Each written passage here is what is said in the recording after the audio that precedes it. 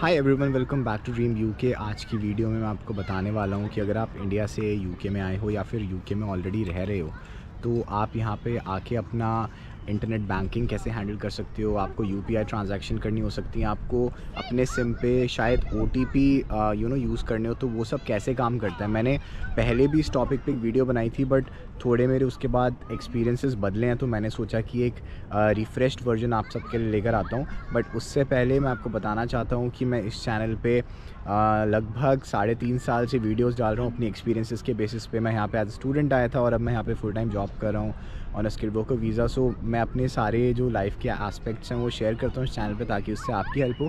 तो अगर आपको इस तरह का कंटेंट अच्छा लगता है तो चैनल को सब्सक्राइब कर देना। आपके लिए एक छोटा सा स्टेप होगा, बट उससे मेरे को बहुत मोटिवेटेड फील होता है। So please do that if possible.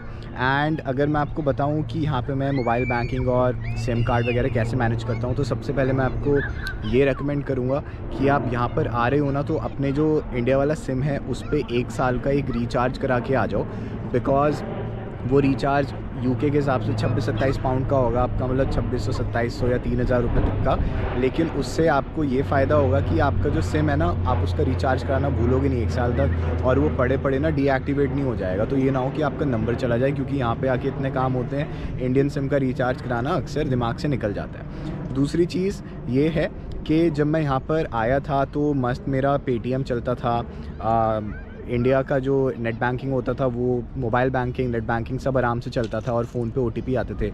लेकिन अभी आजकल पेटीएम पे, यूपीआई ऐप्स पे और मोबाइल बैंकिंग ऐप्स पे एक और स्टेप ऐड कर दिया कि जो आपके फ़ोन में सिम डला हुआ है, पहले उससे एक मैसेज जाएगा आपका वेरिफिकेशन के लिए, उसके बाद आपका जो सर्विसेज है उसको एक्टिवेट करा जाएगा। तो इसमें होता क्या है कि जो आपका इंडियन सिम है, अगर आप वो यहाँ से यूज़ कर रहे हो तो उस पर ओटीपी तो आ जाते हैं, लेकिन अगर उस फ़ोन से मैसेज भेजना हो आगे तो वो मुश्किल हो जाता है। उसमें मैंने इंटरनेशनल रिचार्ज भी कराया था, पर मेरा वो काम नहीं करा। तो होता क्या है कि कई बार आपके पेटीएम वेटीएम चलते नहीं हैं सही से। तो इसके लिए मैं आपको ये बोलूँगा कि आप ये सारे ऐप्स ना इंडिया से ही एक्टिवेट करा के आओ, कि आपके फ़ोन पे आपको मोबाइल बैंकिंग भी एक्टिवेटेड हो। ये ना हो कि आप यहाँ पे नया फ़ोन लेकर आओ तो वो शुरू से वेरिफिकेशन प्रोसेस करे। सो अपना पेटीएम या फिर अपने यूपीआई ऐप्स और अपना मोबाइल बैंकिंग ऐप सारे इंडिया से ही आप एक्टिवेट करके आओ, क्योंकि वो एक वन टाइम प्रोसेस होती है।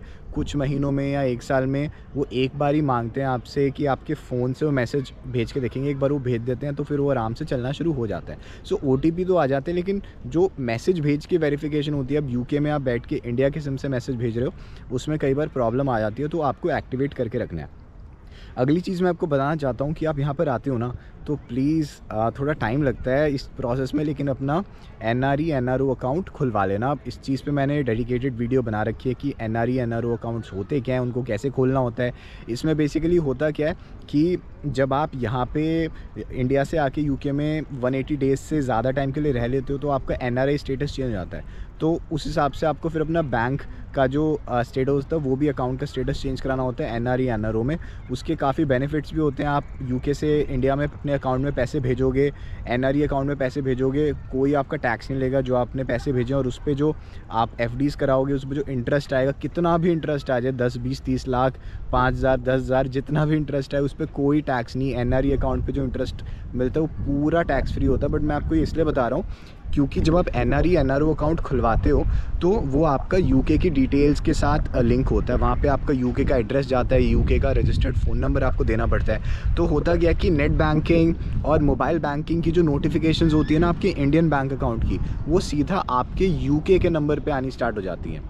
जैसे कि मेरा एचडीएफसी के साथ अकाउंट है, तो अब मैं मोबाइल बैंकिंग करता हूँ या नेट बैंकिंग करता हूँ, तो जो नोटिफिकेशन आनी होती है ना, वो आप लगा लो कि मेरे को इंडियन सिम यूज़ नहीं करना पड़ता, वो सीधा मेरे यूके के सिम में ही आ जाता है, और उससे बहुत आसान हो जाता है सब कुछ, और काफ़ी कन्वीनियंट रहता है। बाकी मैं आपको ये भी बताना चाहता हूँ कि काफ़ी लोग यहाँ पे अपना जो इंडिया का सिम है वो ई सिम में कन्वर्ट करा लेते हैं। सो उनको 2-2 डिवाइस लेके नहीं घूमना पड़ता। जैसे मैं इंडिया के सिम यूज़ करने के लिए एक एंड्रॉयड डिवाइस यूज़ करता हूँ जो मेरे पास पड़ा हुआ है, लेकिन यूके का सिम मैं अपने आईफोन में डाल के रखता हूँ। अब अगर मैंने ई सिम कन्वर्ट नहीं कराया, बट अगर मैं ई सिम कन्वर्ट करा लूँ तो मैं यूके के ही जो मेरा आईफोन जो डिवाइस है उसमें जो यूके का सिम है उसके साथ साथ मैंने सुना है लोग ई सिम भी यूज़ कर लेते हैं, तो उससे और आसान हो जाता है सब कुछ ऑपरेट करना। इसके साथ साथ मैं आपको बोलूँगा कि अगर आपके पास नेट बैंकिंग नहीं है तो प्लीज़ नेट बैंकिंग को सेटअप करा लो, बिकॉज़ कई बार क्या होता है, जैसे कि मैंने बोला, वो वाला स्टेप है जिसमें आपके फ़ोन से वो मैसेज भेजेंगे, फॉर एनी रीज़न वो आपका नहीं हो पा रहा है और आपका भी एनआरई अकाउंट भी नहीं खुला जिससे आपकी यूके के नंबर पे नोटिफिकेशन आए।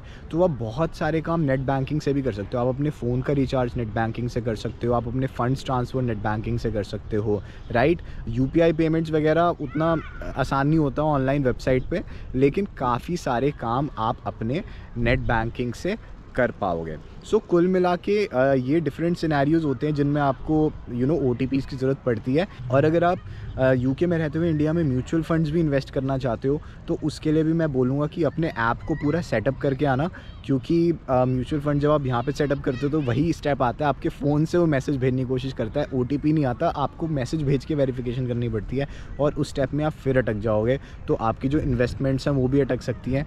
अगर आप यूके में रह के पहली बार वो ऐप सेटअप कर रहे हो तो अपने डिवाइस पे पेटीएम मनी हो गया, ग्रो हो गया या फिर ज़ीरोधा, जो भी आप ऐप यूज़ करते हो उसको इंडिया से ही प्रॉपरली सेटअप करके आओ। और अगर नहीं करा, अगर आप किसी छुट्टी में जा रहे हो तो ये सारे ऐप सेटअप करो, अपने एनआरई एनआरओ अकाउंट खुलवा लो। एनआरओ तो पूरा ऑनलाइन ही खुल जाता है, लेकिन एनआरई के लिए आपको फिज़िकली डॉक्यूमेंट्स इन पर्सन उनको भेजने पड़ते हैं, वो या तो यहाँ से पोस्ट होते हैं या फिर आपको वहाँ जाके करना पड़ता है।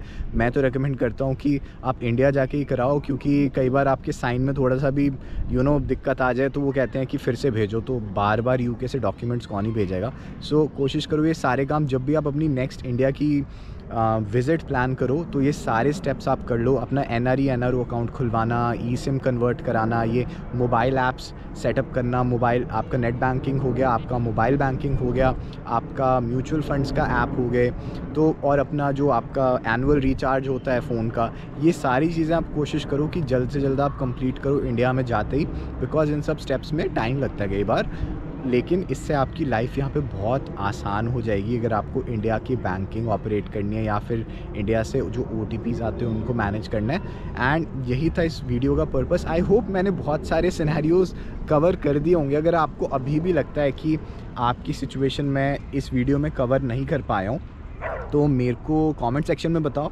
मैं कोशिश करूँगा कि मैं आपकी हेल्प करूँ। और मैंने रिसेंटली एक अपनी नई वेबसाइट लॉन्च करी है जहाँ पे मैं पर्सनल कंसल्टेशन प्रोवाइड करना शुरू कर चुका हूँ। इससे पहले मैंने यूट्यूब मेंबरशिप स्टार्ट करी थी कुछ टाइम पहले, बट वो मेरे को उतना कन्वीनियंट नहीं लगा, तो मैंने सोचा कि थोड़ा ज़्यादा कंट्रोल होगा अगर मैं खुद की वेबसाइट पे कुछ करूँगा।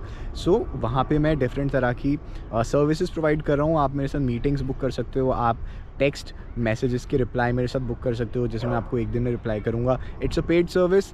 अगर आपको मेरी वीडियोस में अपने क्वेश्चंस का आंसर नहीं मिलता, मैंने अपने चैनल पे लगभग 300-350 वीडियोस डाली हुई हैं, आप उनको देख लो, आप सर्च करो कि मैंने आपके आंसर करे हैं कि नहीं क्वेश्चंस अपनी वीडियोस में। फिर भी आपको कोई डाउट लगता है और आपको लगता है कि मेरे एक्सपीरियंस से आपको कुछ सीखने को मिल सकता है, अगर आप मुझसे 1-to-1 चैट करते हो, 1-to-1 बात करते हो, आपको कुछ एडिशनल यूज़फुल इन्फॉर्मेशन मिल सकती है, तभी आप मेरे साथ वो अपॉइंटमेंट बुक करना। नहीं तो don't spend your money on that if I have posted something that's available for free, but yeah, for some dedicated time जिसमें आप मेरे से चैट कर पाओगे, I am charging a small amount and I will try my best कि मैं आपको सही गाइडेंस दूँ जिससे आप वो गलतियाँ ना करो जो मैंने करी, या फिर वो गलतियाँ ना करो जो यहाँ पे अक्सर लोग करते हैं आने के बाद।